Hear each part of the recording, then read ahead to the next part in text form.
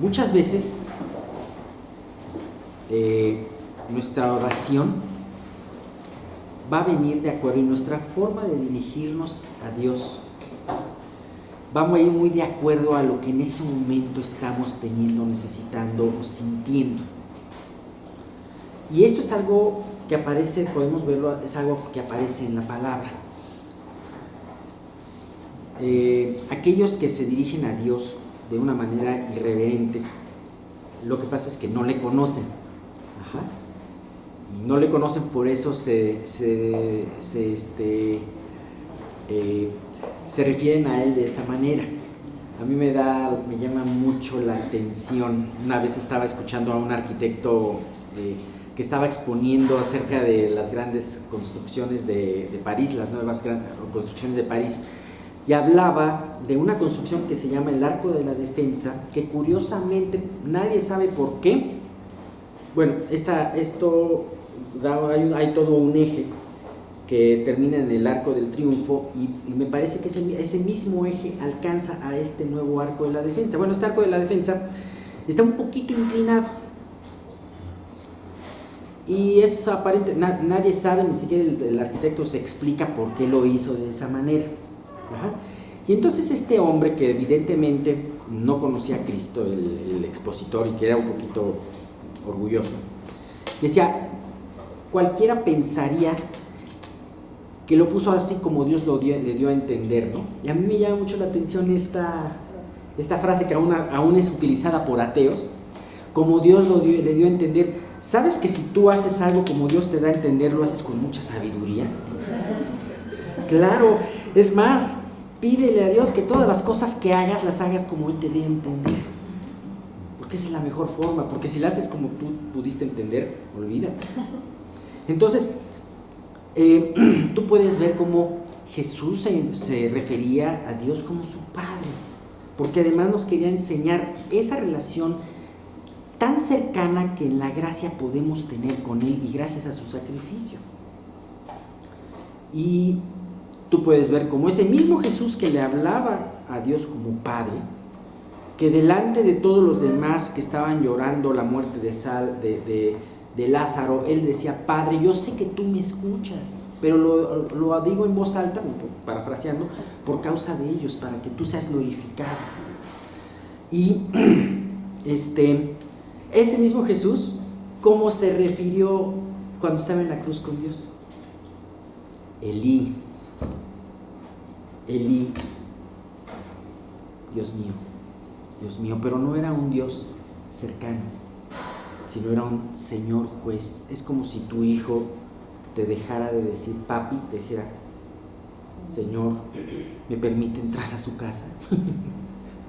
Entonces, era de acuerdo al momento. Y aquí vamos a ver un dato curioso, cómo Asaf se refiere a Dios en estos términos. ¿Cómo se refiere como pastor? No le dice Dios que estás altísimo, no le dice Señor, no le dice Elí, le dice pastor. Bien, primero nos encontramos, ahorita vamos a leer, primero nos encontramos en este salmo, que dice al músico principal sobre lirios, testimonios, salmo de Asaf. Nos encontramos con otro salmo de Asaf, que no sabemos ciertamente si Asaf lo escribió estando él, o lo escribió él, o lo escribió algún descendiente de él, porque se habla de un momento en donde aparentemente hubo una destrucción y que eso tenía que ser restaurado. Ajá. Pudo haberlo escrito Asaf de una manera profética, como hay muchos salmos, pero bueno, el caso es que dice Asaf, y otra vez encontramos lirios. Ajá. Sobre lirios. Bueno, es la cuarta vez y creo que creo que no vamos a llegar a la conclusión exactamente qué quiere decir lirios, ¿no? Eso es algo que a lo mejor le preguntamos al Señor cuando estemos con Él. Pero hemos visto, es el cuarto salmo, los anteriores salmos fueron el 45, el 60, el 69 y ahora el 80. Y nos encontramos que hemos hablado de que a lo mejor puede ser un poema, está basado en un poema anterior, Hay otros que dicen que está basado en un instrumento musical, así como Nejinot, claramente es un instrumento de 8 cuerdas, un instrumento de cuerdas. Aquí probablemente como es un instrumento de 6 cuerdas porque el lirio tenía 6 pétalos, o a lo mejor una trompeta porque el lirio tenía forma de trompeta, pudo haber sido muchas cosas. Sin embargo, algo que escuché, que vi en los comentarios, se me hizo algo muy hermoso, y creo que eso puede, si más este es el último salmo que vamos a ver, creo que es el último salmo que vamos a ver esta referencia, podemos concluir con esto. ¿Sabes de qué nos habla lirios? ¿De qué te habla un lirio? El lirio de los valles. ¿Quién es el lirio de los valles? Jesús. ¿Quién es el lirio entre los espinos? Ajá. Sí, con referencia a Cantares. A Cantares. Estaba escuchando precisamente un comentario que decía, si el propio rey o la reina, porque hay una discrepancia, ¿no? Según intérpretes modernos dicen que no, esa parte se está refiriendo a la amada, pero desde antes se decía que se estaba describiendo el rey. Bueno, si realmente el rey se hubiera estado describiendo, sería un vanidoso. Oye, mira, déjenme presentarme, yo soy el lirio de los valles, yo soy hermoso delante de todos, ¿no? Pues no. ¿Sabes quién es el único que casa perfectamente en esta descripción? Nuestro Señor Jesús.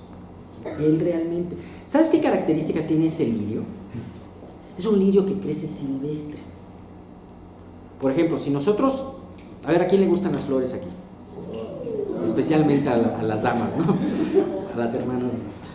Bueno, si nosotros queremos una flor bonita, vamos a un lugar muy caro y compramos una orquídea. Una orquídea es preciosa, ¿no? Pero es una flor muy cuidada. Ajá. ¿Sabes qué? El lirio de los valles es una flor preciosa. Si quieren verlo, creo que se llama iris, la flor, y se da precisamente en esas partes. Es una flor hermosa, tan hermosa como una orquídea cuidada.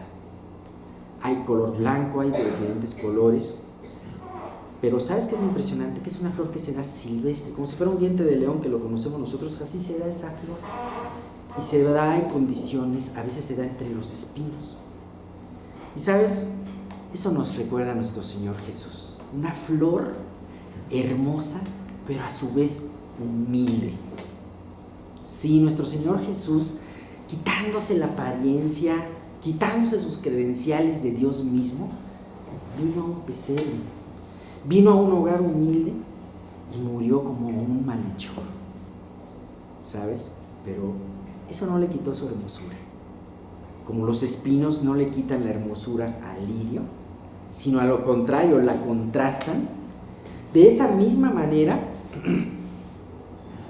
esas tribulaciones hicieron que nuestro Señor fuera más hermoso, fuera más atractivo.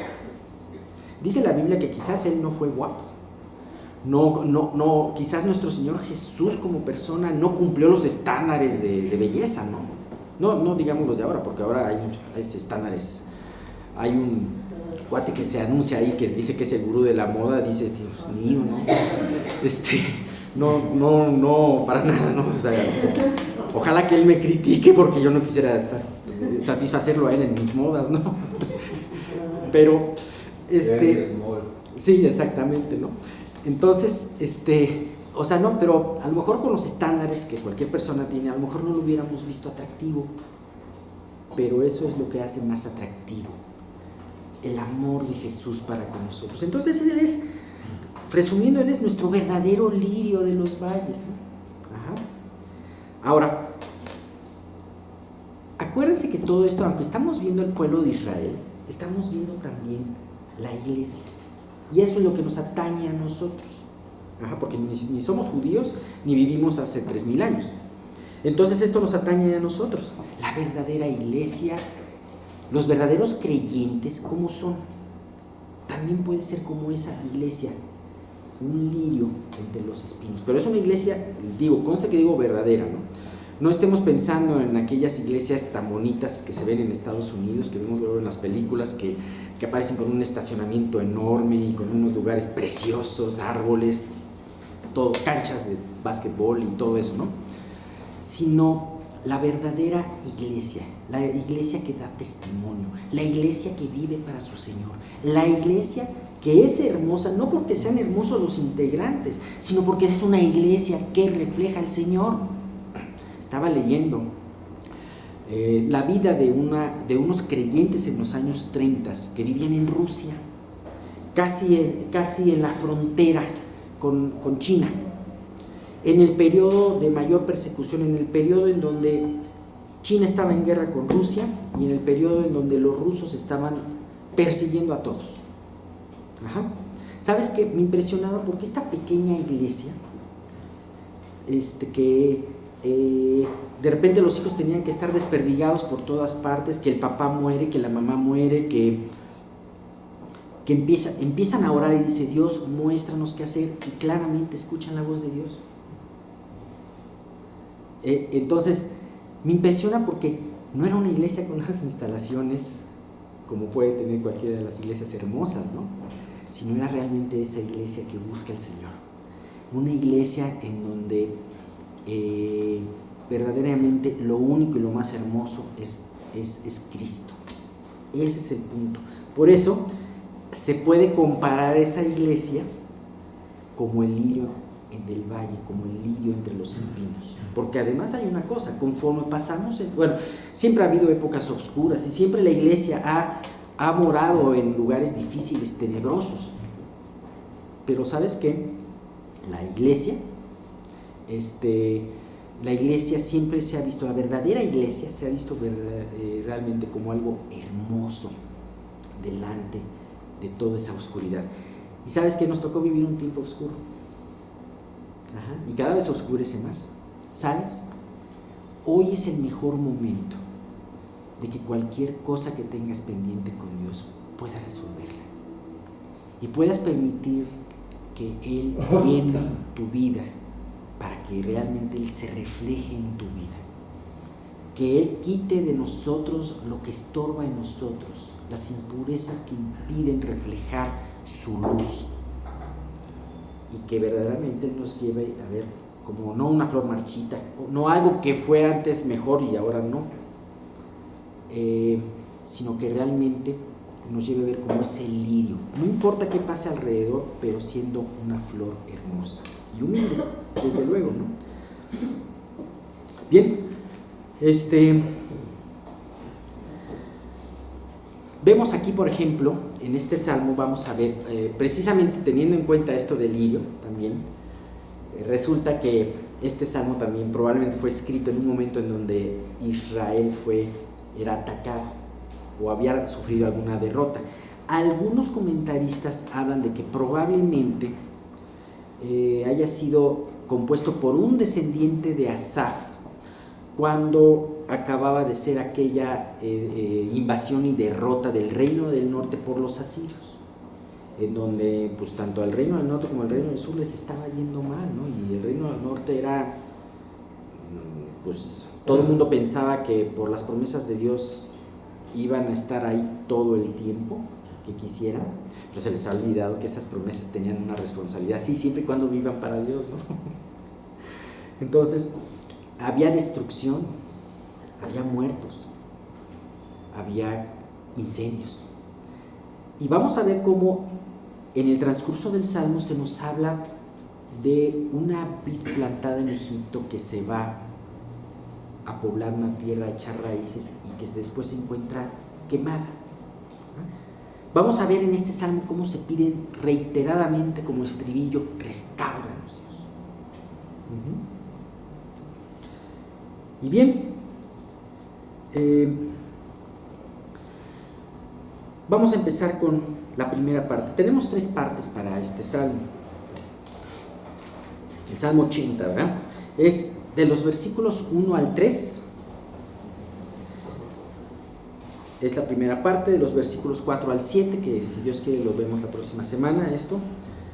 La segunda parte, y después una tercera parte de los versículos 8 al 19. Curiosamente, cada una de estas partes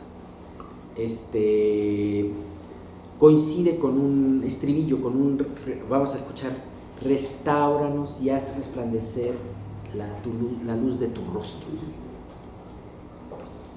Bien, Carlos, por favor, ¿podrías leer del versículo 1 al 3? Sí. Oh pastor de Israel, escucha. Tú que pastoreas como a ovejas a José, estás entre querubines, resplandeces. Despierta tu poder delante de Efraín, de Benjamín y de Manasés, y ven a salvarnos. Oh Dios, restáuranos. Haz resplandecer tu rostro y seremos salvos. Exacto. Vamos a ver el primer versículo. Pastor de Israel, escucha. Una vez más damos a esa referencia. En ese momento, ¿qué es lo que cómo se necesitaba invocar a Dios? Como pastor. ¿A qué nos remite esa imagen del pastor? A Jesús.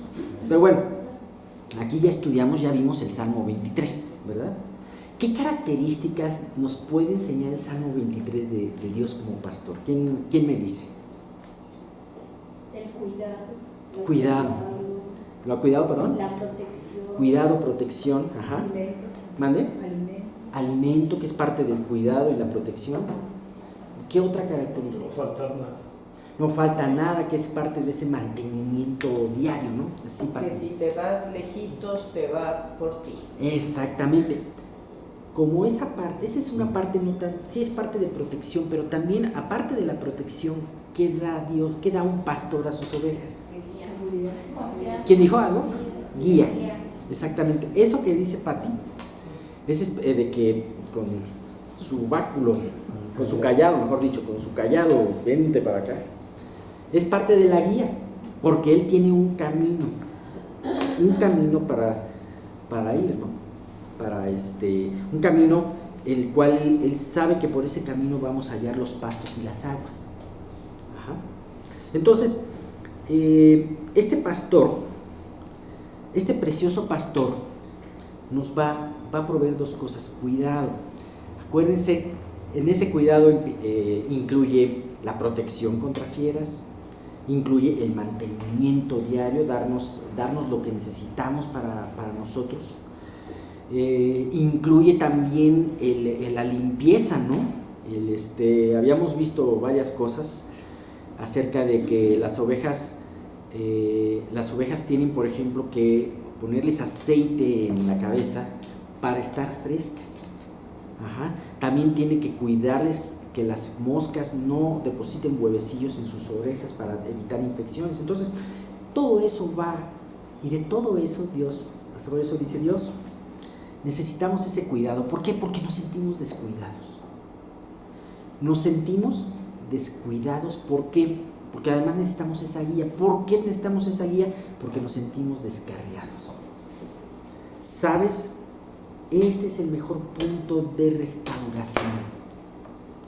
El momento cuando Dios, a través de su Espíritu, te hace consciente de tus problemas con Él. Los ves de una manera real y tangible, no porque alguien te los diga, sino porque el Dios mismo te los hace ver. Y entonces empiezas a clamar a pedir por las cosas correctas. Empiezas a decir, Dios es mi pastor. Ajá. Y Dios, yo necesito tu cuidado y necesito tu guía. A nosotros nos gusta, como los niños de 2 años, nos gusta el yo cholito, ¿no? Siempre nos gusta hacer nuestros solitos. Bueno, a veces los niños de 2 años se parecen mucho a los de 12, porque los niños de 2 años te dicen yo cholito y los niños de 12 años te dicen no te metas. Pero finalmente queremos hacer nuestros solitos y Dios muchas veces nos deja hacer nuestros solitos. Pero llega el momento en que decimos, Dios, no se me debe olvidar que tú eres mi pastor. No se me debe de olvidar que tú eres, que tú además me cuidas. Ajá. Y como ovejas se nos olvida mucho. Pero qué padre, qué hermoso es que este salmo empieza, oh pastor de Israel. Ahora dice, porque José, otra vez José habla en la segunda parte. Tú que pastoreas como ovejas a José. otra vez José, ¿se acuerdan que habíamos visto José y Efraín y Manasés? Bueno, seguramente también porque José, como lo habíamos visto anteriormente, representa algo muy importante, haciendo referencia a la parte de que probablemente este salmo haya sido escrito en esa invasión de los asirios. ¿A quién invadió Asiria principalmente? A Samaria. A José, ¿no? Precisamente, lo que fue, bueno, faltó nada más alguien, que fue Benjamín, pero a Efraín y Manasés. El reino del norte. El reino del norte, exactamente. Entonces, el reino del norte, si el reino del sur había olvidado a Dios, pues el reino del norte mucho más, ¿no? Estaba mucho más lejos. Entonces, por eso de este levita, Asaf o alguno de sus descendientes, venía este clamor: tú que pastoreas como ovejas a José, y aunque las ovejas de José sean muy tercas, tú las sigues pastoreando. Y nos consta, porque finalmente Dios no dejó de cumplir su objetivo. Claro, hubiera sido mucho más fácil y no hubiera tenido tantas pérdidas José, pero tú que pastoreas,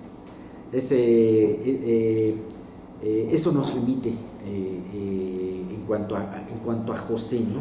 Como representante de Israel en ese salmo, ¿no? Y dice la tercera parte: que estás entre querubines, resplandece. Pero déjenme, bueno, es que precisamente les iba a leer, ya no los leo, pero cuando estábamos hablando del pastor, nada más anótenlos para que lo lean en su casa. Juan 10:11, que habla del buen pastor, y Juan 10, del 14 al 16.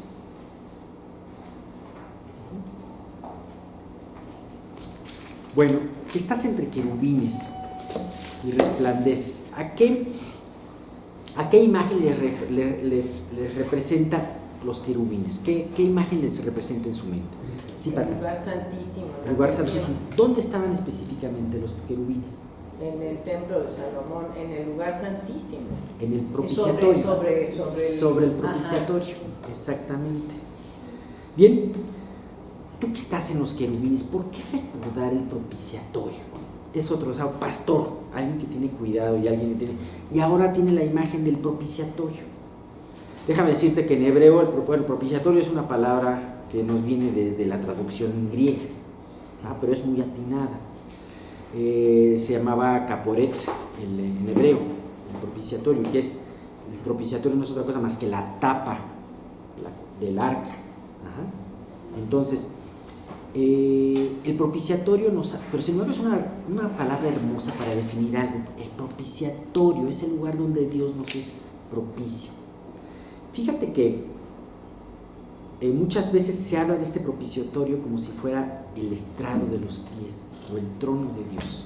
Se habla varias veces. Entonces, remitiéndolo a todo esto, podríamos encontrar que ese lugar era ese punto de enlace entre Dios y los hombres. El propiciatorio estaba en el lugar santísimo, pero no podían entrar al lugar santísimo sin antes no pasar por la fuente de agua y pasar por el altar de los sacrificios. No se podía entrar al propiciatorio sin entrar el sacerdote, sin antes pasar por el altar de los sacrificios, del sacrificio, perdón. Y bien, encontramos, como nos dice Hebreos, a nuestro sumo sacerdote. Una vez más nos remite a Jesús, el cual tuvo que ofrecerse a sí mismo, pasó por el altar de los sacrificios y nos abrió el velo para que nosotros podamos entrar directamente al lugar donde somos propicios delante de Dios. Realmente Jesús nos hizo propicios a Dios. Por nosotros mismos nunca vamos a ser propicios a Él. Les he comentado varias veces que en inglés esta palabra propiciatorio en la traducción se llama asiento de la misericordia. No en vano, muchos de los salmos, más especialmente de David, que tenía mucho esta imagen, empiezan con Dios ten misericordia de mí. ¿Cómo empieza? Después de esa gran caída,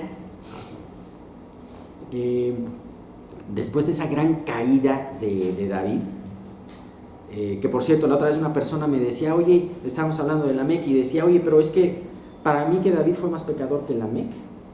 Lamec, el que tuvo el primer bígamo, ¿no?, del mundo. Y dijo, bueno, ponía sus razones, pero decía, después me quedé pensando, dije, bueno, sí, seguramente David hizo cosas terribles, ¿no? Hizo cosas terribles y a lo mejor hasta peor que Lamec, pero digo, no lo sé, no lo puedo juzgar eso. Pero sin embargo, lo que sí puedo decir es que hay una gran diferencia. David llegó al punto de reunión con Dios, es decir, llegó del hombre con Dios, llegó a la misericordia. Y nosotros no podemos llegar a Dios sino solamente a través de su misericordia. De eso tenemos que estar muy pendientes. La única forma como Dios nos puede conceder a nosotros las peticiones de nuestro corazón es recordando que lo hace por misericordia. ¿Sí? ¿Y Lamec se jactaba de su pecado? Sí, en vez de llegar al arrepentimiento. ¿Sí? ¿Cuál fue la diferencia? Por ejemplo, una de las diferencias era, Lamec se jactaba y decía, yo, a ver, esposas vengan y todo el mundo vea que tengo 2 esposas, ¿no? Y además decía, yo voy a matar a un joven, porque todavía no lo mataba. Dice, ¿sabes qué voy a hacer? Me ofendió un mozalbete y lo voy a matar. ¿Y qué me va a pasar? Al contrario, hay de aquel que busca hacer justicia, ¿no? Porque además dijo una mentira. Ciertamente Dios había dicho que la sangre de Caín se iba a vengar 7 veces. Pero él dice, así yo voy a ser vengado 70 veces 7. O sea, eso nunca lo había dicho Dios. Ajá. Entonces, y David, cuando Natán le dijo, tú eres ese hombre, ¿qué fue lo que dijo? He pecado. Ajá. Es una pequeña gran diferencia. Y bien, desde ese lugar, Dios resplandece. Cuando finalmente reconocemos que necesitamos ese pastor y vamos a ese propiciatorio, es donde podemos pedir a Dios que resplandezca. ¿Y sabes qué? Esto del resplandecer es algo muy curioso. Nosotros necesitamos que Dios resplandezca en nuestras vidas. ¿Qué hace una luz? Imagínate una luz de un gran reflector. Cuando la luz del gran reflector está de tu lado, te hace claro todo el panorama a pesar de que todo está oscuro. Pero ¿qué pasa a los enemigos de Dios? Porque aquí querían que los enemigos pudieran ver esa luz, ¿no? Pero ¿qué pasa a aquellos que son enemigos y van en contra de esa luz? La luz no ayuda para iluminarlos, sino al contrario, los deslumbra, los hace ciegos. Así que la misma luz que resplandece y que te ayuda a tener una guía en tu vida, aquellos que son enemigos de Dios, los deslumbra y los ciega.